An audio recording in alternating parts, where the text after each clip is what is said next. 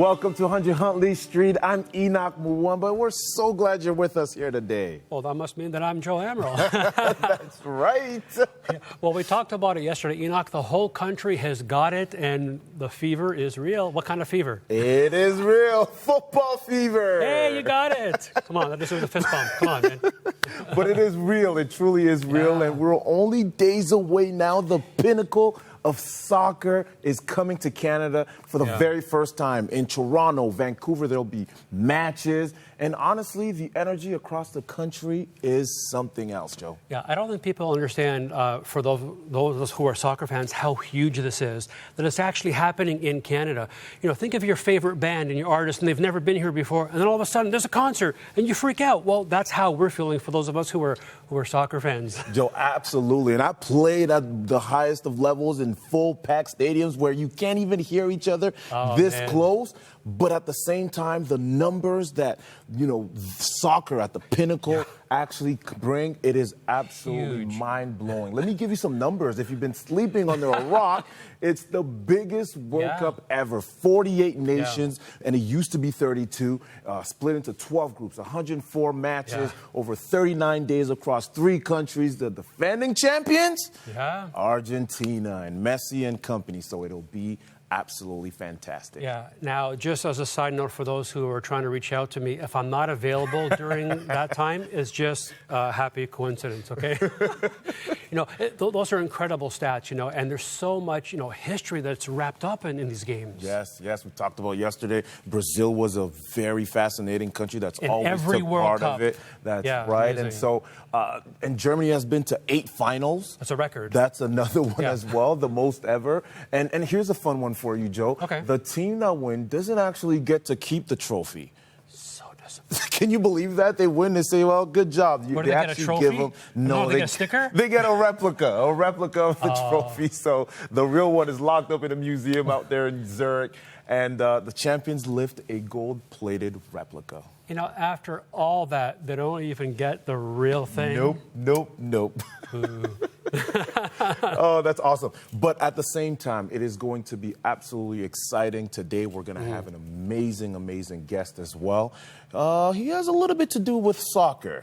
Okay, so tell us about this guest. Who is he? Yes, his name is Kwasi Poku, and Kwasi is actually from Brampton, right in Ontario, and right in our backyard. We had humble beginnings, started kicking the ball when he was just 6 years old, and today he's a professional soccer player for Brussels, RWDM out there in Brussels, in Belgium, and he's represented the country, Canada, but he's moved there as well. So he's got some great stories to share. And absolutely great testimony as well. I cannot wait to hear that conversation as well. Yeah, well, he's passionate about his faith, and we're looking forward to sharing that with you. So stay with us. That's happening next. It's World Cup week. From the field to the court and onto the world stage, you're going to hear inspiring stories from faith-filled athletes. All this week, we'll go for the gold. You don't want to miss a minute. This summer, Canada will welcome the world as Toronto hosts FIFA World Cup matches, and people across the country are brimming with anticipation. Kwasi Poku is a professional soccer player currently playing with RWDM Brussels in Belgium and has also represented Team Canada internationally. But beyond the success on the field, Kwasi is passionate about his faith in Jesus and encouraging young athletes to stay grounded in who God created them to be. Kwasi, welcome to 100 Huntley Street. Hi, thank you for having me. Well, Kwasi, you've had an incredible journey. You started playing soccer when you were 6 years old in Brampton, Ontario, so you're local to us here. What has the journey been like for you from playing at 6 to being a professional soccer player today? Yeah, I think obviously I started off with very humble beginnings, just like everybody else. And it's been a journey for sure, on the field and off the field with my faith. But I think God has really kept me, and he's really given me a platform to share my faith and to grow on all aspects of my life. So I'm really happy to be where I am now, and I'm really enjoying it. Yeah. Was there a point when you were playing as a kid or a teenager, where you understood I could maybe become a professional soccer player, or people around you started saying that to you? Yeah, I think you get to that position at about 16 or 17 years old, because maybe you're in a professional academy or you've been tested against the other best players in the province or the country, so you kind of get a wavelength of where you're at skill-wise. And I think that same thing happened for me at around 16. I knew like I could really do this, and I have God on my side too, so I could really do this. That's good. I like that. Yeah. You, at about 18, you left home to go and be on a team in the Hamilton area. What was that journey like for you? Yeah, that was my first professional experience with Hamilton Forge. Okay. And I think it was a big change for me to, not depend on my mom's cooking. But it was a really good jump and important step for me to kind of get just a feel of what moving across the world is really going to be like. Yeah. And not long after, I guess, you ended up joining the RWDM team. Yeah. Tell us a little bit about when you went to Belgium and got on the team, what that was like for you. Yeah, I had a lot of success at Forge, so I was able to get the opportunity to move to Europe, which I think is every young soccer player's dream. And the transition was really swift. I had to pack my bags and go right away because there's no waiting in that game. And it was, I think, a little bit of a tough time for me because I had to adapt right away. But I think God was my best friend there. I was very alone, so I had a lot of time to just come into my secret place and read the Word and pray and just grow more in His presence. Yeah. I mean, you went to a different culture with a different language even because they're French-speaking. And I can imagine that could be really isolating. Yeah, I think at some points I felt a bit isolated just because it was a bit of a culture shock at first. There were certain things that really took getting used to, but thankfully, there was a lot of English, a lot of really nice people on the team, which is a blessing because it's not always the best environment. Sometimes it can be more hostile. Sometimes people can look at you as competition, but God blessed me with good people on my team, and yeah. Yeah. Kwasi, what position do you play? I play striker, but I can also play right wing or anywhere across the front line. I'm comfortable. Wow, that's incredible. I know soccer is the most popular sport in the world, and I often watch it. I just marvel at the ability of soccer players, like your resilience, how you keep going. It looks like you all have no fear, but I'm sure that's probably not accurate. You have moments where you could be afraid or concerned. Are there times on the field where specific Bible verses bring comfort to you? Yeah, I think Isaiah 54:17, that no weapon formed against thee shall prosper, and every tongue that shall rise against thee in judgment. I think that's a verse for me that really lets me know that God is the one fighting my battles, that I don't have to fight. He's the one who's fighting. So as long as I do what I have to do, He will do the rest. And that's the mindset I kind of take in my career. Yeah. Kwasi, you have a really strong faith, and your dad is a pastor. Yeah. Tell us a little bit about what it was like to grow up with a dad who's a pastor and going to church, what that journey was like. Yeah, I think at first, when you're growing up, you're kind of forced to go. But I think as I grew in my faith and as I grew in a genuine belief in the Lord, then I began to love it and I began to look forward to Sundays. And I think he's a man that really shaped my faith, and he's one of my biggest inspirations, I'd say, in my life, because he always grounded me. He always made sure that I put the Lord first in everything I do, no matter what came, especially when a lot of success came. He was somebody that reminded me to stay humble and know that this is a gift, and know that so many people want to do this, but God chose you, so you have to honor Him in that. Yeah, and you certainly do honor Him.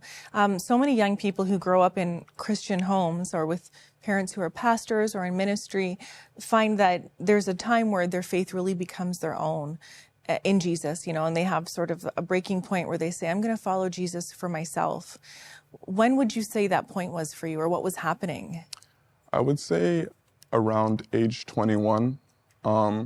It's actually funny. So before I moved to Belgium, I had a trial in Belgium with another team that I didn't join. And I was saying a prayer. It was on my birthday. And what seemed like 10 minutes had actually been 2 hours. And I was in my room and I was like sobbing and crying. And I just realized that like I had really experienced the Lord and I really felt the Spirit. And from then on, I kind of made my faith my own and not my parents' faith, not anybody else's faith. But I feel like then and since then I had a relationship with Jesus Christ. Yeah, that's incredible.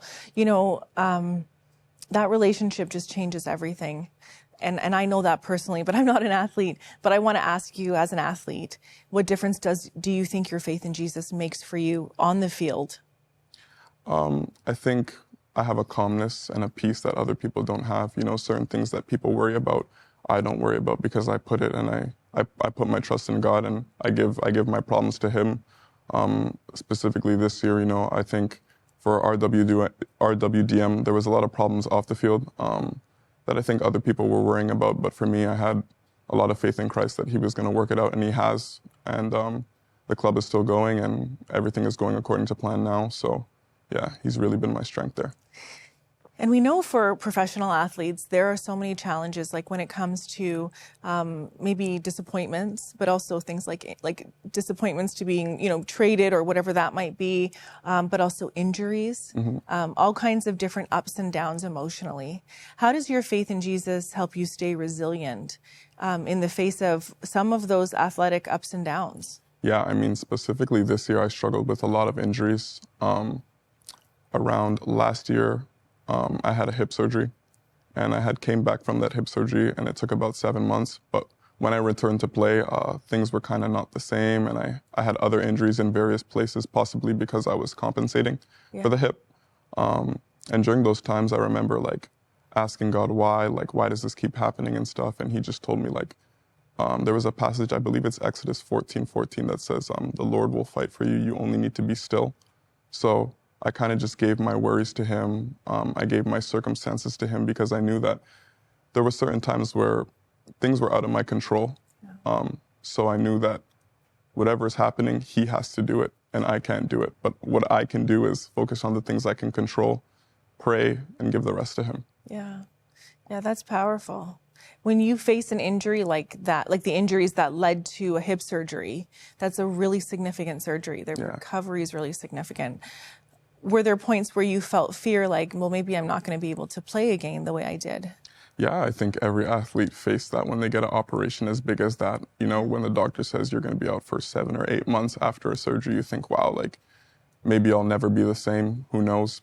I had faith that, I would be the same. Obviously, maybe not right away, but I think I grew into that, and I'm feeling really good now. And I picked up some good form at the end of the season, so I see myself, reaching the level that I know I can play at. Yeah, well, they're saying great things about you. I've read lots of different articles. You're a phenomenal soccer player, and I think you put your whole heart into it. Following Jesus, we've talked about what it's like, on the field, what that looks like, but in your private and personal life, then also, what does that look like for you following Jesus? Yeah, I think I have a routine of prayer and Bible reading. I often stick to Bible plans to try and make sure that I have a schedule. But prayer has really been important to me, and I think moving to Belgium really helped my prayer life, because I'm living alone and there's no distractions, and there's a lot of idle time to really get into the Word. So I've been filling my idle time with prayer and getting into the Word, and it's been so nourishing to my soul. I know, it's interesting. I wanted to ask you about prayer. I wanted to ask you about the role that prayer plays in your life. For some people watching right now, they might not know what it means to pray, really, and what that can be like when you're in a conversation with God. Yeah. And you've had experiences where you've heard God's voice. Mm-hmm. Tell us a little bit more about, and I'm not saying audible or so, because I don't fully know your experience, but tell us about, you've referenced that before, like hearing God's voice. What do you mean? What's that experience like? Yeah, I think I used to struggle with hearing God's voice, not audibly, like you said, but just hearing Him, what does He want me to do in this situation? But when, it's a feeling you can't explain. God tells you things, and you have to kind of check them, and how you check them is going into His Word, and if what you've heard aligns with His Word, that's how you know God's speaking through that. Yeah. And what's been one of the clearest things God has said to you in the last 5 years of your athletic journey? I think go. I think go has been a message, go. I'm fighting for you. You just have to do what you have to do, but just go, step in faith, and do everything you want to do. That is so encouraging. I mean, I think about the person who's not even an athlete watching and hearing that, because sometimes God asks us to do really hard things. And, I think about your generation, your Gen Z, and a lot of people who are Gen Z are struggling right now, trying to find purpose or identity, or maybe feeling pressures, or that they're defined by what they do, but not being a child of God. How do you find your identity and stay rooted in the fact that you're a child of God, and it's not that you're a professional athlete or any other label that's on you? I think how I stay rooted is understanding that none of this is from me, and it's all from Him. I think many people want to, big themselves up with their own achievements. But I understand, like I said before, that there are so many kids in Canada that want to play soccer. There's so many kids in Canada that want to go to Europe and make a career for themselves. But God selects certain people, right? So I'm not saying I'm better than anybody in any way, shape, or form, but I'm saying God divinely chose me since the beginning of time to do what he called me to do and what he gave me talent to do. So I could never take the glory for that. It was all him. And your parents, you're really close to your parents. So do you call them sometimes to pray with you? How do they track with you in this journey? Yeah, my dad loves to pray with me. He loves to send me a nice long voice message, just reminding me to stay in the Lord and to focus. And I love to call my mom and talk about the things of God with her as well. Yeah, you're really living for God's glory and you're so focused. And it's a blessing to see that. There's so many young athletes across Canada, like you just said, who would want to become professional athletes. Their heart is there. They might have those dreams, and we don't know where God will take them and if that is what God wants for their lives. But what would you say to them right now as a word of encouragement overall? I would say trust in the Lord, your God, with all your heart, and everything else, like, if it's meant for you, it will happen. And if it's not, God has so many avenues of success. Success doesn't always mean, becoming a professional. Success could be being a servant.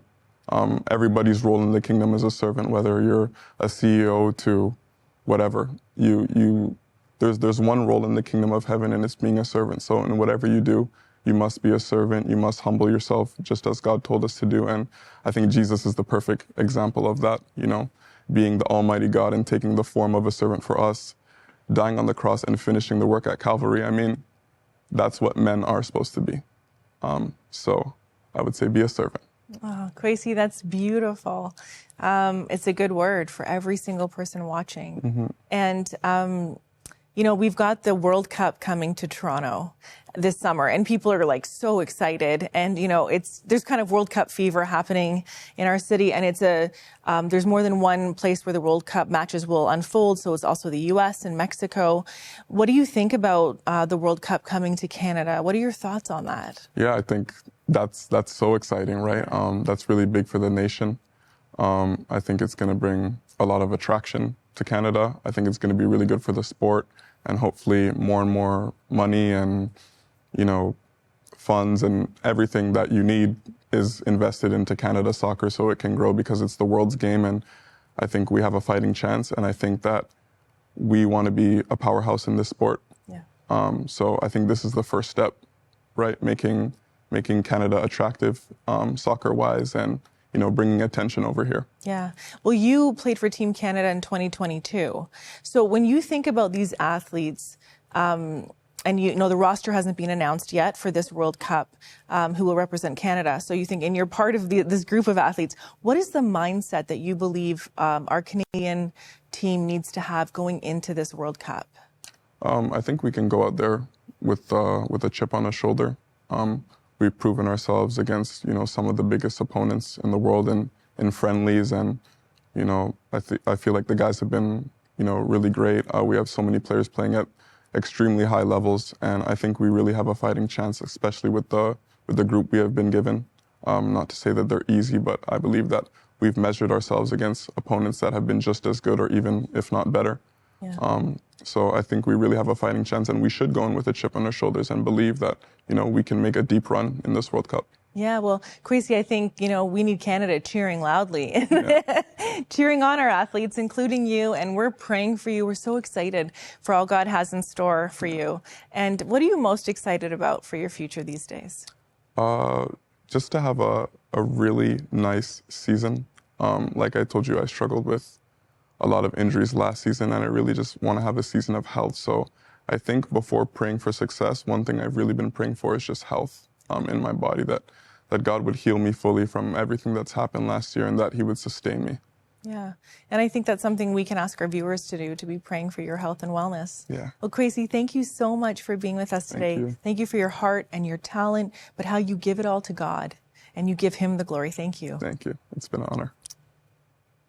Well, what an exciting moment this is for Canada as our country welcomes the World Cup through soccer this summer. But beyond the excitement of the game, Kwasi's story reminds us that our true identity is never found in success or achievement. Our true identity is found in knowing Jesus personally and believing what the Bible has to say about who we are and whose we are.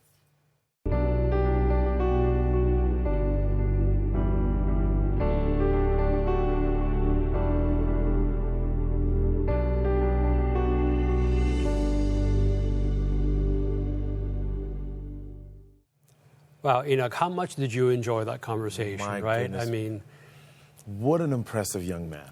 you know, I love this kid, and I call him a kid because both my kids are older than him, you know? 23 years old. 23 years old, but the maturity that was in his responses and in his perspective on his outlook on life, he's such an impressive young man, and it was an honor to have him in the studio. Absolutely was. Absolutely Yeah. was. And it really hit home. A lot of the things that he was talking about, obviously having walked similar steps in a different football. Yeah. But, you know, just talking about when he had to leave, you know, home and go to Belgium and, Yeah. you know, new culture, new language that he needed to kind of get accustomed to. And, you know, he felt isolated. And it's true. It happens to a lot of athletes that reach the pinnacle. And for him to continue to stay grounded in God. And he talks about how, you know, God was his friend, because it can be lonely when you reach that level. And it's interesting because you get so many people texting you and calling you and congratulating you, but not really realizing the path that you're on and how lonely it can be at times. And he did such a great job of not just weathering that storm and maneuvering, but he also had a great system, family system around him. So it was amazing to kind of hear his journey. Yeah, you know, just speaking to what you were saying about how people think, oh, yeah, it is great. You're out there, you're playing at this high level, and you've got these accolades, and you're on camera, and people are cheering your name and all that. But then you go back to your hotel room, you know, and it's lonely. You got those long flights. And just like he said, at such a young age, being so close to the Lord, it was just such a beautiful thing to see.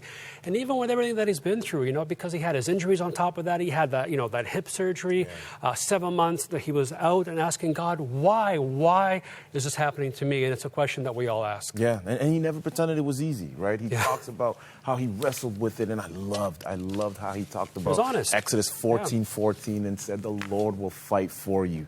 You need only to be still. He handed God his circumstances, and he kept showing up. You know, and sometimes it's easy to think that it's, you know, I'm going to hand God my burdens. How do you do that, Joe? It's you trust in God's character and his history. You know, in that moment, you might be thinking, where's God? But we don't make decisions based on that moment. We look back on his record, on his track record, and we say, I know who God is. He's faithful. He's compassionate. He's loving. He's patient. He's going to get me through this. When I'm going through difficult seasons, that's what I do. I trust in my history with God because I know who he is. That's right. I love it. I love it. And we were talking even earlier, talking about professional athletes. And I don't think it's just restricted to athletes alone, because it's easy to lose your identity in what you do. And it doesn't have to be a sport, but you can lose your identity and be wrapped up in the game or your industry, your field. And he talked about CEOs.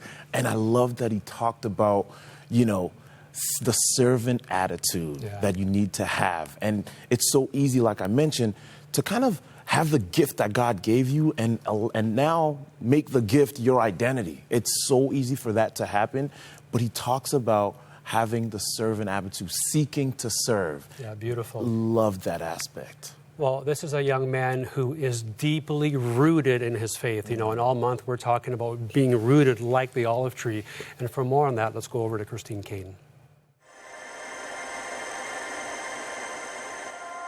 The truth is that God does not exist to serve my purposes nor my agenda, but he serves his.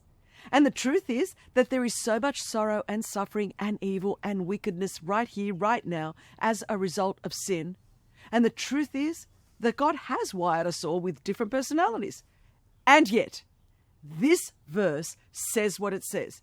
How happy is everyone who fears the Lord, who walks in his ways. It does not say, how happy is everyone who is sheltered from sorrow or suffering?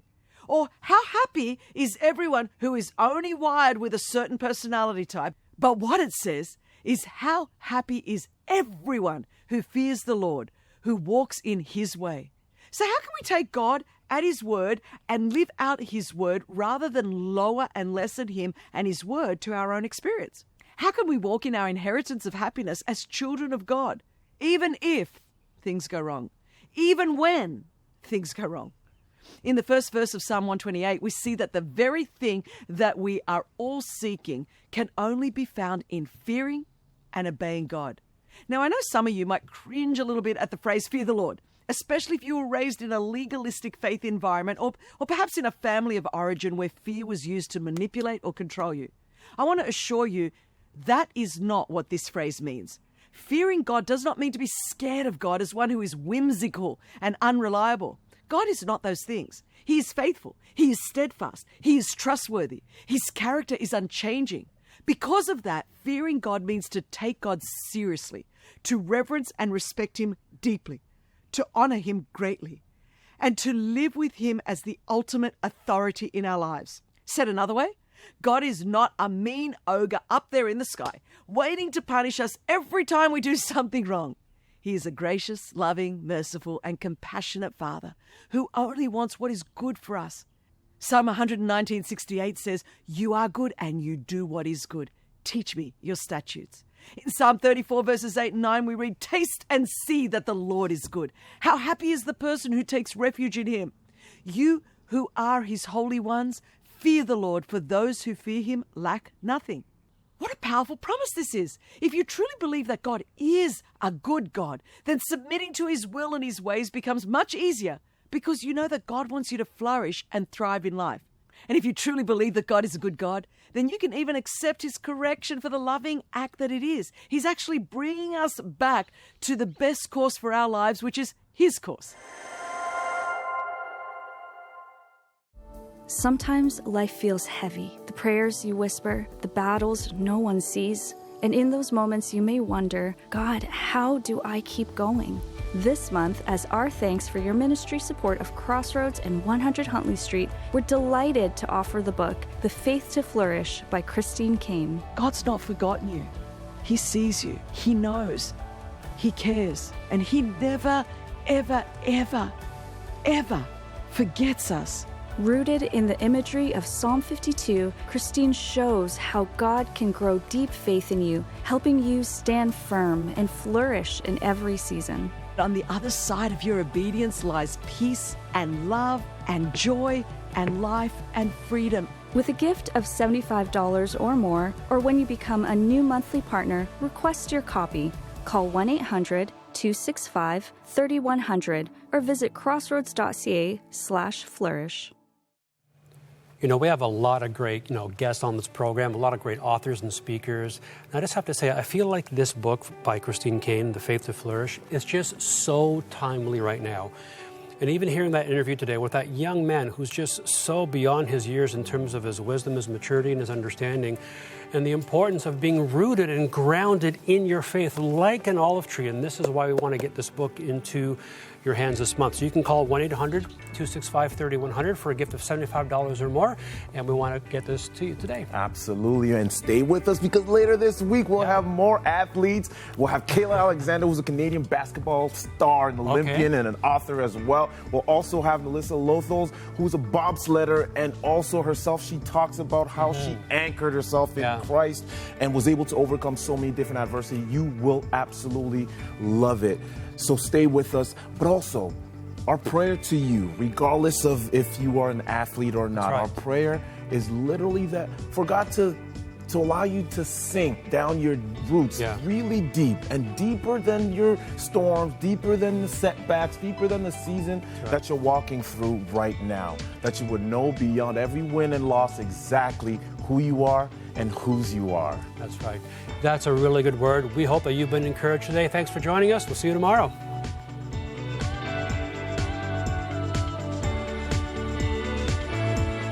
Thank you for your ongoing support of Crossroads, a supporter-funded nonprofit organization and member of the Canadian Centre for Christian Charities. Thanks to faithful people like you, we are able to continue producing 100 Huntley Street. You can write to Crossroads, P.O. Box 5100, Burlington, Ontario, L7R4M2, or visit crossroads.ca to learn more about our programs.